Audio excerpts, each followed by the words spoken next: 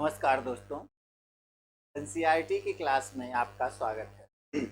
दोस्तों, क्लास 6 की हम लोग एनसीईआरटी की चर्चा कर रहे हैं, जिसमें हम लोगों ने 2 चैप्टर की चर्चा कर चुके। अब आपका तीसरे चैप्टर की चर्चा करनी है। तीसरे चैप्टर में जो आपका जो चैप्टर है वो क्या है? पृथ्वी की गतियाँ। इसी की चर्चा करेंगे। इसमें आपका देखा जाएगा पहला क्वेश्चन कौन सा है। आइए उसी की चर्चा करते हैं और शुरुआत करते हैं। देखो, पहला क्वेश्चन दिया क्या है पहले क्वेश्चन में कि पृथ्वी की धुरी अपने कक्षीय तल के साथ कितना कोण बनाती है। इसका आपका देखिए, जो आंसर है ऑप्शन में दिया है 45 डिग्री, दूसरा दिया है 60 डिग्री, तीसरा 66.5 और चौथा दिया है क्या? 23.5। तो इसका सही आंसर आपका क्या है? Option C, 66.5। इसके बाद आपका अगला क्वेश्चन,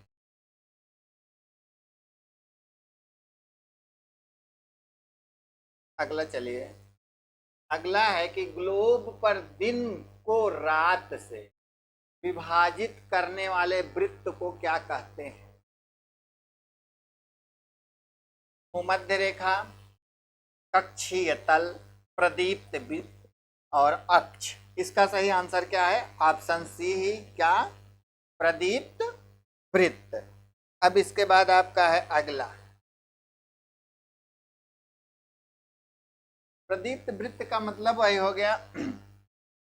चलिए अगला चलिए। पृथ्वी के घूमने की अवधि को क्या कहते हैं? इसमें आपका दिया है पृथ्वी वर्ष, पृथ्वी दिवस, पृथ्वी क्रांति और पृथ्वी चक्र। इसका क्या आंसर हो जाएगा? तो पृथ्वी की घूमने की अवधि पृथ्वी दिवस हो जाएगा। क्या हो जाएगा? पृथ्वी दिवस ही होना चाहिए। पृथ्वी दिवस आपका हो जाएगा।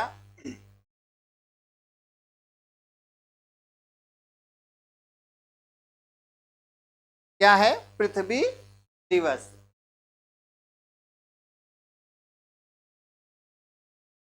ये आपका हो जाएगा क्या? पृथ्वी दिवस। आइए अगला, अगला क्वेश्चन दिया है कि यदि पृथ्वी अपनी धुरी पर ना घूमती हो, ना घूमती तो क्या होता? ये बहुत सही क्वेश्चन है। ऑप्शन ए देखिए कि पृथ्वी के एक आधे हिस्से पर निरंतर दिन का अनुभव होगा तथा दूसरे हिस्से पर क्या हो जाएगा? लगातार रात का अनुभव होगा। ऑप्शन ए में दिया है, बी में दिया है दिन और रात के चक्र में कोई बदलाव नहीं होगा। सी में दिया है पृथ्वी पर किसी भी ऋतु का अनुभव नहीं होगा। डी दिया है पृथ्वी सूर्य के चारों ओर चक्कर नहीं लगाएगी। इसका सही आंसर आपका क्या है? Option A. अगला, अगला आपका देखिए 5वां नंबर क्वेश्चन है कि पृथ्वी को सूर्य के चारों ओर एक चक्कर पूरा करने में कितना समय लगता है? ऑप्शन ए 24 घंटे, बी 365 दिन, सी 365 सही 1/4 दिन, डी आपका 366 दिन। इसका सही आंसर आपका ऑप्शन सी है। क्या है? सी। अगला, अगला दिया है कि लीप वर्ष क्या है? ऑप्शन है 365 दिनों वाला वर्ष, 366 दिनों वाला वर्ष, 367 दिनों वाला वर्ष और 364 दिनों वाला वर्ष। इसका सही आंसर आपका क्या हो जाएगा? तो ये हो जाएगा 366 दिनों वाला वर्ष, ऑप्शन बी।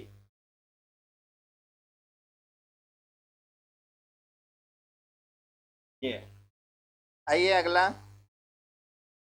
अभी तक कोई क्वेश्चन जिसमें व्याख्या की जाए ऐसा कुछ आया नहीं। आगे चलते हैं कि सूर्य के चारों ओर पृथ्वी की कक्षा का आकार कैसा है? वृत्ताकार, अंडाकार, गोलाकार, वर्गाकार। इसका सही आंसर आपका क्या हो जाएगा? तो देखो ये सूर्य है, इसमें थोड़ा सा हो सकता है तो कर दे रहा हूं। जैसे ये सूर्य है, तो सूर्य के चारों तरफ आज पृथ्वी ऐसा ना, तो पृथ्वी ऐसे क्या करती है, रोटेट करती है। तो आपका क्या हो जाएगा, यही आपका क्या हो जाएगा, अंडाकार। क्या हो गया, देखो अंडे के आकार का, इसका सही आंसर आपका क्या है, अंडाकार। आइए अगला,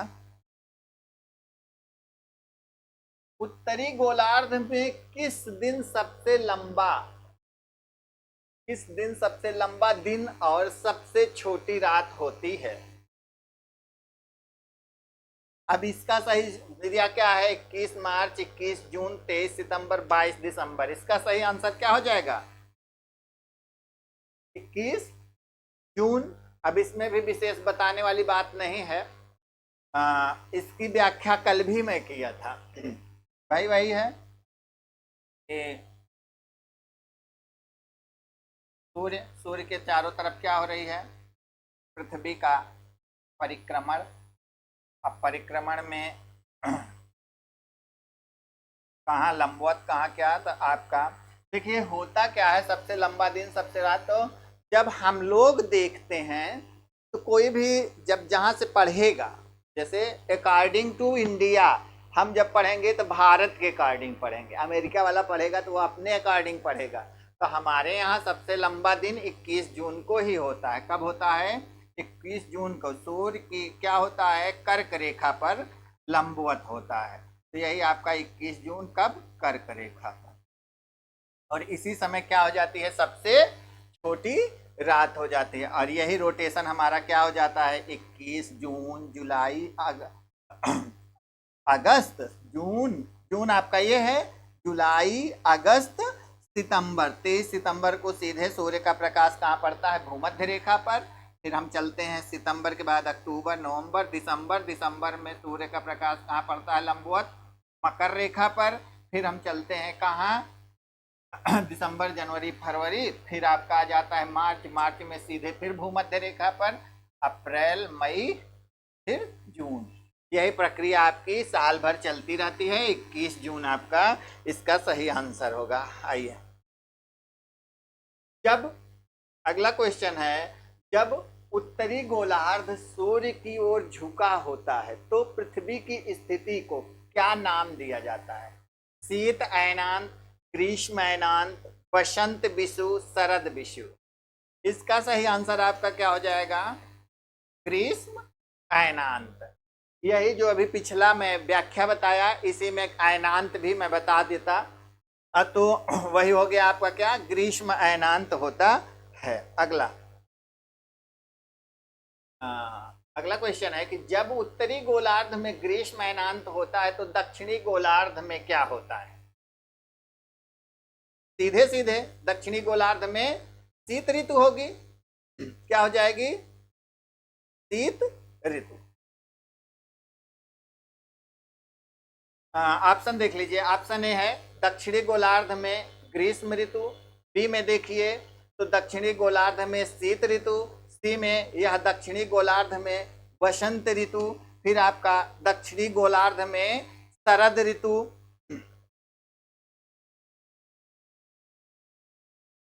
क्या हो जाएगा, दक्षिणी गोलार्ध में शरद ऋतु।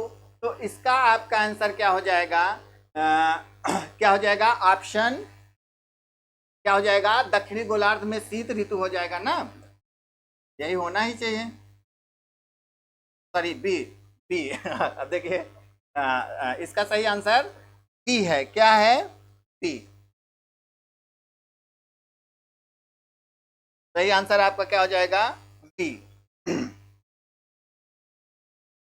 अब अगर व्याख्या देखेंगे तो वही व्याख्या में करेंगे क्या, देखिए जो हम लोग पृथ्वी ऐसे क्या है झुकी हुई। अब हम लोगों का बात जो हो रही है सूर्य से, तो सूर्य लंबवत कहाँ पड़ रहा है, कर्क रेखा पर। जब कर्क रेखा पर लंबवत पड़ेगा तो यहाँ क्या हो जाएगा, किरणें तिरछा पड़ेंगी। और जब तिरछा पड़ेंगी तो क्या होगा, और सर्वाधिक दूरी मकर रेखा पर, इसीलिए क्या हो जाएगी, शीत ऋतु का अनुभव होगा। जून में ठंडी मकर रेखा पर, दिसंबर में ठंडी कर्क रेखा पर। ये हुआ। आइए अगला, आपका किस तिथि को मकर रेखा पर सूर्य की सीधी किरणें पड़ती हैं? कब है? तो 22 दिसंबर, 21 जून, 23 सितंबर, 21 मार्च। इसका सही आंसर क्या हो जाएगा? क्या हो जाएगा? 22। एक ही व्याख्या पे तो सब आधारित क्वेश्चन है। आइए अगला, अब दिया है कि ऑस्ट्रेलिया में क्रिसमस के बारे में निम्नलिखित कथनों में से कौन सा कथन सत्य है?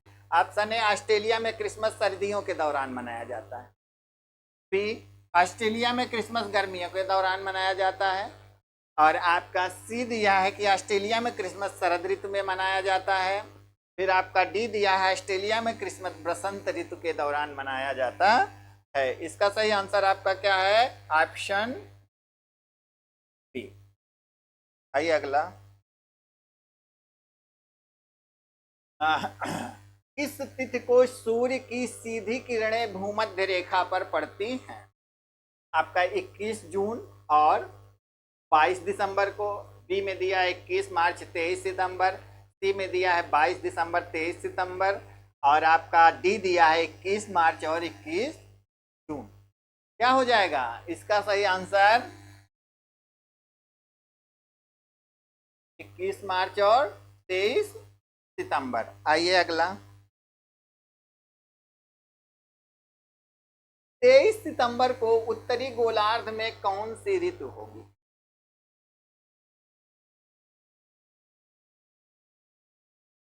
क्या हो जाएगी? ऑप्शन ए ग्रीष्म ऋतु, बी शीत ऋतु, सी वसंत ऋतु, और डी आपका शरद ऋतु। इसका सही आंसर क्या है? शरद ऋतु। आइए अगला,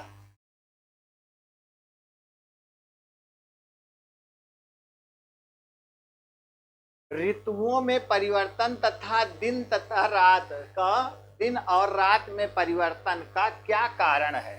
पृथ्वी का घूर्णन, सूर्य के चारों ओर और पृथ्वी की परिक्रमा। सी में दिया है पृथ्वी का घूर्णन और परिक्रमण दोनों। और डी में दिया है पृथ्वी की धुरी का झुकाव। इसका सही आंसर क्या हो जाएगा? पृथ्वी, देखिए क्या हो जाएगा, ऋतुओं का परिवर्तन परिक्रमण से और घूर्णन से आपका दिन और रात ना, ऐसा ही है। ठीक, घूर्णन से दिन और रात, परिक्रमण से ऋतु परिवर्तन। अब दिखा? हाँ दिखा। चलिए, घूर्णन जो ना, परिभ्रमण या घूर्णन, जिससे आपका दिन और रात हो जाएगा, और परिक्रमण से क्या हो जाएगा? ऋतुओं में परिवर्तन होगा, जो अभी घुमाए थे। आइए अगला, अगला दिया है कि निम्नलिखित कथनों पर विचार कीजिए। दिया है कि पृथ्वी की अपनी धुरी पर घूर्णन दिन और रात का कारण है। सही है। भी दूसरा दिया है कि पृथ्वी की धुरी का झुकाव 66.5 डिग्री है ना। तो इसमें का आपका केवल एक सही है। ये इसका जो आंसर है ये 23.5 हो जाएगा ना। तो इसका सही आंसर आपका क्या है? ऑप्शन ए, केवल ए। आए आगे चलें।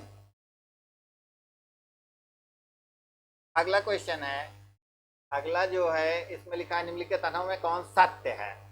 अब दिया है कि पृथ्वी का सूर्य के चारों ओर परिक्रमण मौसम के परिवर्तन का कारण है। एकदम सही है। दूसरा दिया है कि पृथ्वी की सूर्य के चारों ओर कक्षा दीर्घ वृत्ताकार में। अब इसमें क्या हो जाएगा? दोनों सत्य हैं। क्या है? दोनों सत्य हैं। आइए अगला,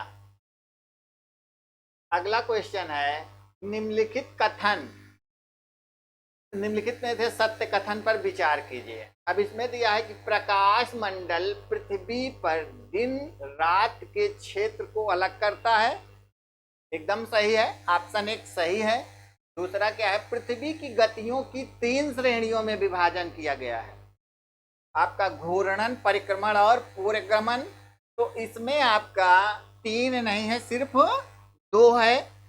आपका पूर्वगमन का कोई मैटर नहीं है, पृथ्वी का घूर्णन और परिक्रमण होता है, इसलिए इसका जो ऑप्शन होगा कथन 1 अकेले सत्य है, ऐसा ना, कथन 1 सत्य है। अगला 19वां क्वेश्चन, हमको लग रहा है यही लास्ट भी है क्या? हाँ, आइए निम्नलिखित कथन पर विचार कीजिए। अब इसमें आपका जो है ग्रीष्मकालीन अयनांत के दौरान उत्तरी गोलार्ध में ग्रीष्म ऋतु होती है, ये तो आपका एकदम सही है।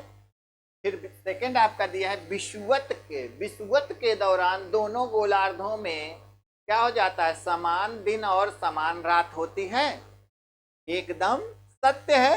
तो इसमें आपका 1 और ऑप्शन दिया है 1, केवल 1, केवल 2, 1 और 2, या फिर ना 1 ना 2। इसका सही आंसर आपका ऑप्शन सी है। ये इस तरह आपका यह चैप्टर 3 आपका समाप्त हुआ। तीसरा चैप्टर समाप्त। तीसरे चैप्टर में आपके 19 क्वेश्चन थे। तो आज की यह क्लास यहीं तक, मिलेंगे अगले चैप्टर में, अगले दिन अगली क्लास में। तो आप लोग जुड़िए। Thank you all of you.